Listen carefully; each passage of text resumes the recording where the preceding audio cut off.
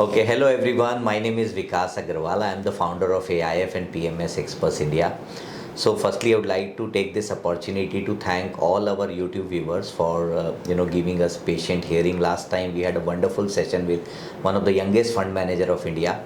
So we are again back. It's a special show. We call it Ask the Expert Show. So what the idea of organizing this Ask the Expert Show is to invite the industry expert and ask questions, try and read their mind what's happening in and around the economy and decode whatever specialty they bring on the table.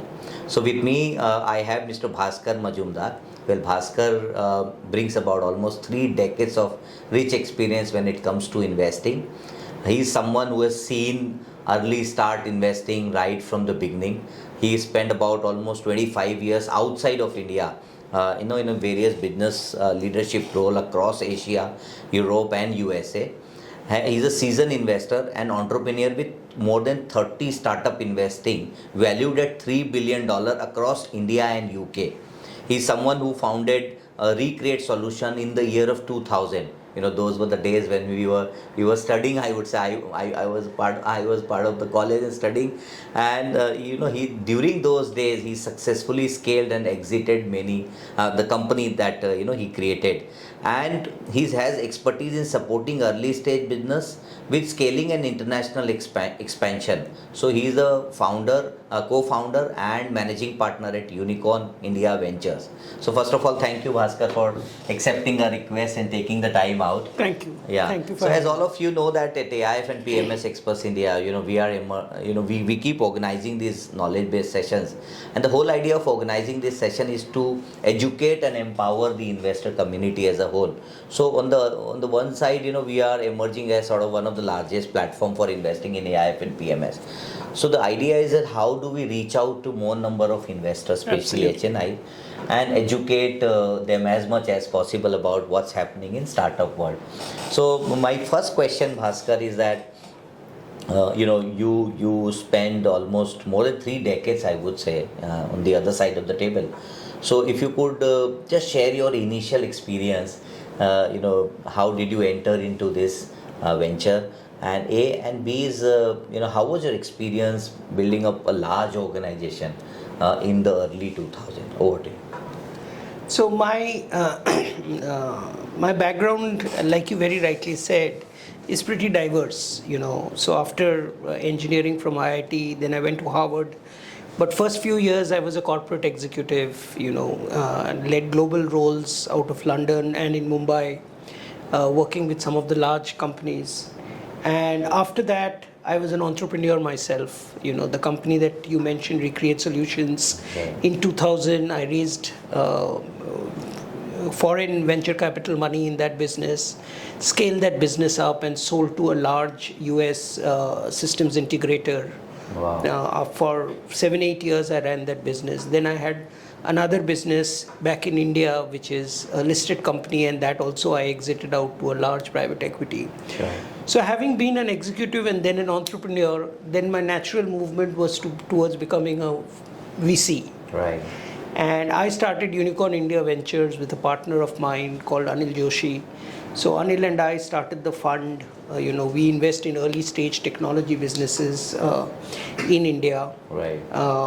We have now, through our 3 funds, well over 45 investments in India. Mm-hmm. We have deployed close to about 700-800 crores in the early stage startups in India, and a large number of success stories. So on the last count, because we are the first investor, we calculated the number of employment our companies have generated, and that is a big factor which we look at. Sure. So our companies totally have generated close to 12,000 people. Oh wow. Within the last 8 years or so. So startups have a big role in nation building, and we are just contributing a part in that. Wonderful, excellent. I never thought in these lines the kind of employment that your startups are creating. Yeah. So before we try and know about the fund, I want to understand the landscape of the entire startup ecosystem, what's happening. You are someone who have seen developed economies and then their focus on startup, where we are now. So what do you think where we are, A, and where do you see where are we headed? It's a very good question, and I'll just say that what has happened in the US in say 50 years, and I'm picking US because that is the home of where the startups and the venture capital culture came from. Sure. What has happened in US in 50 years is happening in India in 10 years. And because of that, while great things are happening, there is a lot of quick fallouts also that is starting to happen. The good thing is most of us have had learnings from that, and now we are moving ahead. Typically, just to give you a few examples where it is, in US, the college education system is very integrally woven with the whole startup culture. In India, this was not the case till few years back. Now you see IITs and other colleges, Right. not just the IITs, but whole lot of colleges from tier 2, tier 3 cities also, where the whole culture is starting to get involved. Another very interesting thing is in India till about 5-6 years ago, when you spoke of startups, you used to think of these bright young guys in their 20s. Correct. Or early 30s, because they would be the people who would be written about in Economic Times and Forbes. But really, if you see under the bonnet, in US, the average age of startup founders is 47 years. Oh. In India, now that is starting to happen, where you are having seasoned executives coming out and doing their startups and investing. In fact, in our fund, the average age that we have is 41 years when we sign the first check, the age of the founder. Okay. So these are very seasoned people, seasoned founders. Another very interesting thing, again I'm taking the US example, is in US, earlier there was a concentration in the Silicon Valley area. Now Silicon Valley contributes only about 23% of the startups. There are other areas, New York, Dallas, Austin, Boston, other areas that have happened. India also a very similar thing is happening. Earlier it used to be NCR, Bangalore and Mumbai. Today, startups are happening throughout India. True. And, for example, in our fund, 2/3 of the startups are from tier 2, tier 3 cities outside these regions. So there's a lot of learning that India is going through. And I personally feel that this is just the beginning. I see. Irrespective of unicorn, irrespective of anything, the startup wave is just starting off in India, and the next 30-40 years is going to be very big. And irrespective of which fund you invest or which startups you invest, I think no investor can stay out of not investing in the private and the early stage ecosystem. Right. And we are living in an era where our Honorable Prime Minister saying that instead of you working for someone, why Yes. don't you start your own? Absolutely. And that truly inspired me. Yeah. In fact, I want to share my story quickly. During the lockdown 2020, I started this company. And exactly 27th March was the time when Mr. Narendra Modi declared the lockdown, and we started this company on 1st of May. So what you rightly said that someone who has experience are building up. I think slowly we'll see people coming out of their college and starting the company and getting success. So now third question is that if you look at the last decade per se, what you rightly said, the startup ecosystem is where US used to be in 1981, where we are now, exactly pointed out by you, 40-50 years. And they were the one who started creating that kind of ecosystem to support these startups. And same thing now we are building up as an economy. Special mention coming from our Honorable Prime Minister. But between 2010 to 2024, last 14 years, more than a decade, Indian investors, because we are in this business, I don't recollect or I don't see anybody really creating wealth out of the whole thing. Because initially all the investments, like successful investments like Ola, Oyos and of the world, we saw only institutional investors participating. So what would be your message to them? It's again a very poignant question. If you study the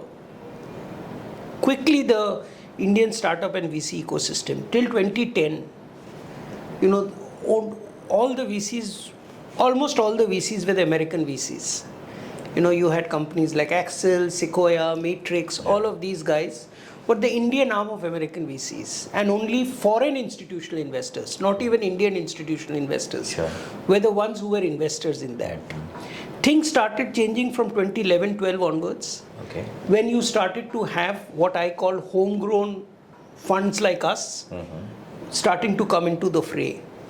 And only 2014-15 onwards did these people start onboarding non-institutional family offices, ultra high net worths and all of that. So the first wave of growth that happened, Flipkart as a case in point, 18 billion was the sale of Flipkart to Walmart, of which more than 16.5 billion went away. And that was the point when people started to say, including the government, started to say that the Indian consumer ecosystem is creating these large companies, but the Indian investors are not gaining. After that, now there is a large number of investments coming in funds like us, from family offices, from Indian family offices, from ultra high net worths, and now you are starting to see returns come through with the new wave of IPOs which is starting to happen, right, plus the new M&As which is starting to happen. Now the returns are coming. Another very interesting thing from the point you mentioned is in and around 2010, not 2010, sorry, I will say even till 2020-21, there were two separate worlds existing. One was the Indian corporate world, I see, and one was the Indian startup world. And there was no marriage of the two. So the exits used to happen is that Indian startup would be acquired by a Facebook or a Google or some company. Last few years, if you see, the two worlds have started to marry. Now you see Tata's coming and starting Tata Digital by acquiring very large companies within the startup world. Now you see Reliance or Jio for that matter acquiring 17-18 companies in the last 4-5 years. Startups. Now you see Mahindra's, Marico, all of these people starting to acquire startups. So now there is a marriage of both the sectors, and I think this is the beginning.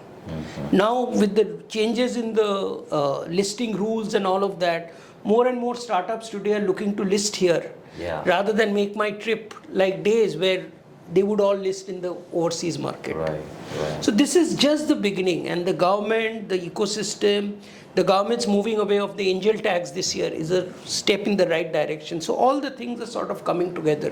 What's your sense now as we speak? We've got about almost 7,000 companies listed on the main board, and we've got about another 400-500 companies on the SME stock exchange. Where do you think next 10 years down the line, how many companies can do their IPOs? I think we should not just look at startups from the IPO perspective. Right. I'll answer your question, what I feel. I think one of the biggest roles in the US, if you see, the startup industry or the tech industry is born out of acquisitions. If you take during the heydays, it was said that Cisco used to acquire a company a month, and half of the people within Cisco also didn't know what was happening. The nature of the startups is very, very different from just building it for an IPO. As you start to see more and more deep tech investments, more and more IP-based, patent-based investments, there will be companies which will be acquired by foreign players or by large Indian companies very early in their life because of the IP that they would have. So it is not, so for the startups, it is not just an IPO story. Listing per se. Yeah, it is basically an exit and liquidity to the investors. Sure. But IPO is just one part of it. Within IPO, we have seen so many of the startups now listing. Right. But my personal view is not more than 5% of the startups would be on the IPO track. Not because they can't IPO, but because if they have very strong technology, they will be acquired by other larger players much before the IPO life. This is a very important question that you've answered, because this is something I keep getting from my set of investors that I interact with, that it cannot be looked at on isolation basis all the time, or it's not the ultimate objective is not listing per se, but it also to be acquired by large players and get your valuations. Absolutely. Ultimately, as a VC, you look at that. Now, coming to your fund now. So, can you talk to us about Unicorn, as an organization? When was the time that you, along with your partner, decided to build this? And when you were starting up this thing, what are the 3-4 things that you looked at? Because I was looking at the performance of your fund. To my mind, because we are into distribution business and investment banker ourselves, we looked at your fund would be amongst the top 3 funds in terms of performance. Absolutely. These sort of stellar performance are delivered by very few. I can count them on numbers in India. So when was the fund? Talk to us about when was the time that you decided, and what are the 2-3 things that you did good. So, you're right. As you know, AIFs are rated by CRISIL, and our performance in CRISIL, especially in the first fund, has been the best performing fund for a number of quarters, and in the second fund also we are in the top decile. We started the fund in 2016, and we positioned the fund to be what we call the first institutional investor. So typically we would go in very early into the fund, into a company. Typically after a company was in existence for a couple of years, we would go and invest. And the way we invested, I think that is a strategy that has worked out very well for us. We only use 20% of the investable corpus to create the portfolio. And the rest 80% we back the winners of the portfolio. I didn't get it. Can you explain? So, let's say the fund is 100 crore. Let's say the investable corpus is 100 crore. Sure. So we will create the portfolio using 20-25 crore, which would be the first check. Okay, initial drawdown. Initial money put into the companies. In the companies, okay. And then we will see which are the more successful companies. Amongst them. And we will back the more successful companies. Just to give you an example, in the first fund we had invested in 17 companies. And 4 companies we took a write-off. Okay. So about 25% of the number of companies were written off.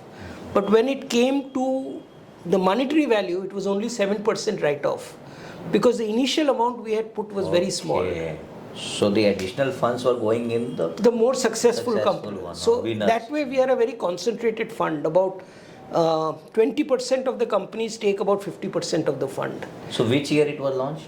2016 we launched. Yeah. First you started. First, yeah. And the first fund we have given almost 3 times return back to the investors. Cash on cash after all costs and everything.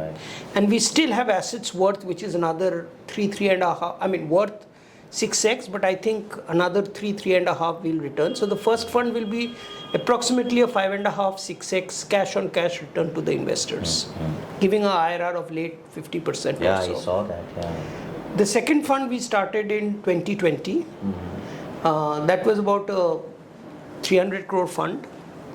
That fund we have invested in 21 companies. We have already taken 3 write-offs, because we take write-offs very fast. Sure. Another 2 or 3 companies are under a stretch, but we are looking at a 15 company solid base from the second fund, of which 5-6 companies will be outperformers. So even in the second fund, we are pretty positive it will be between north of a 4 times return fund. And the third fund, which is presently we are looking to raise 1,000 crores. Right. We have raised about 600 odd crores already.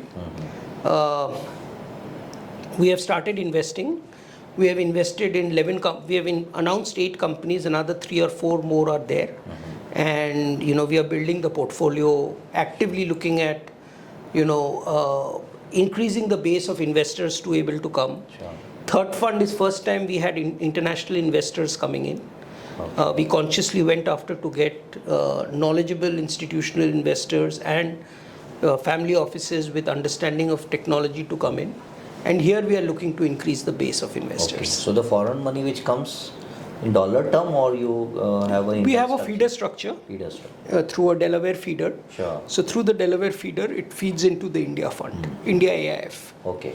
So this you've started building the portfolio, and you are looking at 14-15 companies. We are looking at about 20 companies is what is there any company coming from your fund 1, fund 2 as winner and entering into? So we have permission from SEBI through our investment memorandum to invest about 25% in your existing companies, but we are not allowed to buy from one fund or the other. So that's a recent regulation. Which has come. The other thing is that I saw that SIDBI is also one of the investors in your portfolio. So how was your interaction with them? So SIDBI has played a very big role in starting this whole startup ecosystem. SIDBI is a fund of fund. Right. It is invested in large number of funds like us. Right. And our interaction with SIDBI has been pretty positive. I think obviously apart from the standard factors of reporting, they are always looking at the thing I mentioned, which is the number of jobs created, because being a government fund of fund, that is a driving motivation for them. And not just SIDBI, we've got other institutional investors. Can Ventures has invested in our fund. There are state governments like Kerala state government, Orissa state government, which has invested in our funds. So, we are, because we invest outside the three main regions, there's a lot of other states who have also invested in the fund. Back to two questions now here. One is that the investors keep asking me about the gamut of valuations in startups. And there's been a lot of perceptions among investor community, and we also see what happened in Byju's. Absolutely. So maybe your thoughts on that, where can the risk come from and how do you look at this? I think one of the things which we do, and to answer your question also why we focus at tier 2, tier 3 cities to a great extent, I think we have a strong belief internally that in startups more than in any other asset class, you don't know the exit price, or you can't control the exit price, but you can definitely control the entry price. So because of that, we are very cognizant at the price at which we enter a company. I think it is one part to source a good company, but is equally important when you're thinking of making money, how do you construct and structure the deal? So which is why the 80-20, the 20-80 that we spoke about becomes very important. Sure. Which is why, we have internal thresholds about the entry price into companies. During 2021-22 madness, there were a lot of deals which we didn't invest in. And it's not easy after doing 3-4 months of due diligence, you let it go. And the next day in economic times, another fund has invested. So there was a lot of stress and tension within the team also, saying that why are we not doing these deals? But we stand vindicated because a lot of these companies were doing deals, or funds were doing deals at a much overrated from the normal correct value. So from that sense, we are very clear as to where we go. Also, we are clear as to the percentage of value we take in any company. Typically, the first check we sign, we hold anywhere between 15 to 20% of a company. Okay. So we are substantial investors. There are funds who may have 3 or 4 unicorns in their portfolio. But there's a lot of difference in having 0.25% stake in a unicorn, or in our case where we hold 7% stake when a company became a unicorn. So, we are very driven towards the return rather than just saying that we have invested in these companies. And therefore, we are not passive on the cap table. We are very, very active on the cap table. We play a big role in the growth of the companies. And as the companies scale up, then we start obviously reducing our involvement with them. So this is diversified, right? You're not looking at a particular sector. It's a pretty diversified sector, but there are some sectors we stay out of.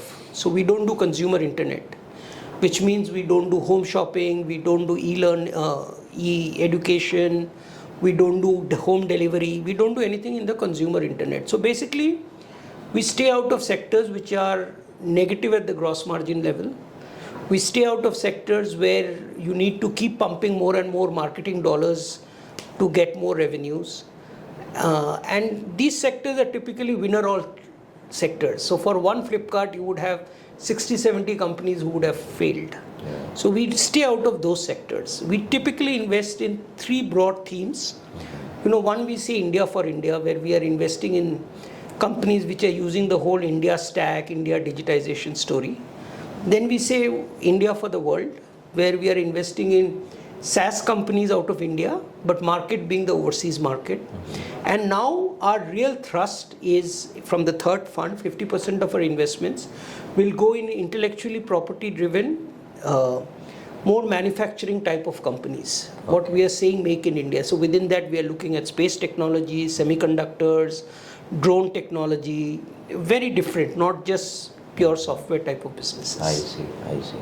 So talk to us about your third fund that you're running. So what is the duration? A, what is the kind of, how do you planning to draw down the investments? B, and C, because from the first fund to second fund we saw performance, not as high as it was in the first. Second, of course, has tapered down a bit. Do you see the similar sort of performance in the next 5-10 years? Over to you. Yeah, so as I said, it's a 1,000 crore fund. We still have space left for about 300-400 crores, both from here and international market we are looking at. Typically, it's an AIF, so regulatory-wise, 1 crore is the minimum. But we tend to have 3 crores. Most of our investors, shall we say, are 3 crore in the plus, range of 3 to 5 crores, 3, 4, 5 crores. We take drawdown over 4 years or 4 installments, equal installments spread out over 4 years. So 25 lakhs a year for 4 years is the minimum. Performance-wise, the first fund has been an outlier, I would say. The second fund was a tough fund for all of us because of the vintage. 2 years we were all stuck in COVID. True. We were doing deals without being able to do the relevant due diligence, spending time. I think that vintage is a very tough vintage, but having said that, we are confident that it will be a 4.5x fund, definitely. If outliers have come through, it will do well, and we are starting to see few companies now really breaking out and starting to do well. The third fund, I think, will be an exceptional fund because of the type of companies we are investing in. What is happening is, in this deep tech type of companies is a typical example of what I spoke earlier. Is, these companies don't have to spend 8-10 year cycle to really scale up. When they have the right IP, when they are there for 3-4 years, there is a high opportunity of them being acquired. And we are starting to see that already in a third fund type of companies. Okay. So you're saying that they scale faster. Yeah. And they may not scale faster, they will give exit faster. They will give you exit faster. Okay. All right. So you're saying that essentially you will take 4 years to deploy the funds. So what is the duration of the fund? No, sorry. It's a 7-year fund, extendable by 1 plus 1. 1 plus 1. Yeah. 1 while taking, 1 while returning. No. Extendable by 1 plus 1 means, every 1 year we will take approval from our investors. Typical first 2 years we will use to create the portfolio, of which 1 year has already gone from our first close. So another 1 year. So we will have the portfolio of 20 companies within the first 2 years, which is 2025 summer. We would have finished the portfolio creation. Then we have enough dry powder left to back the more successful companies of the portfolio, which we do for year 3, 4, 5, 6 onwards. And then typically 6 onwards, we start taking the exits out. You'll see exits, okay. We'll start. So that is do you redeploy the exits? No. So you start returning back to investors? Yeah. So to give you the example of the first fund, till the 5th year, we would have returned about 5-10% capital back. 6th year, we returned the entire capital. 7th, 8th year where we are now, we returned the 2x, and then final exit is what we are working towards now. So that is typically the waterfall which we think will happen in third fund also. Right. So my last 1 or 2 questions. Sure. So when it comes to valuations, is there a metrics that you use or any in-house proprietary based framework that you have which helps you to come closer to the valuation? Because as a founder, like I am the founder of my company, obviously I have different expectation. When you meet me as VC, obviously you will have different perspective. How do you come to that? The first thing is, because we are so early investors, a large part of our investment strategy and investment decision making is to understand the founder, understand what is driving the founder. And I think a maturity has come in India, coming to your earlier question. Earlier, founders would only look at VCs who would give them the highest valuation. Today, founders have realized that this valuation is just a paper number. It's a long game, and you need to get the right type of VCs who can, stay with you in the game and help you correct. Sometimes, getting high valuations is a sure success, a sure path towards a failure. because future VCs will not be able to come at those higher valuations. Macros change and you are subject to macros.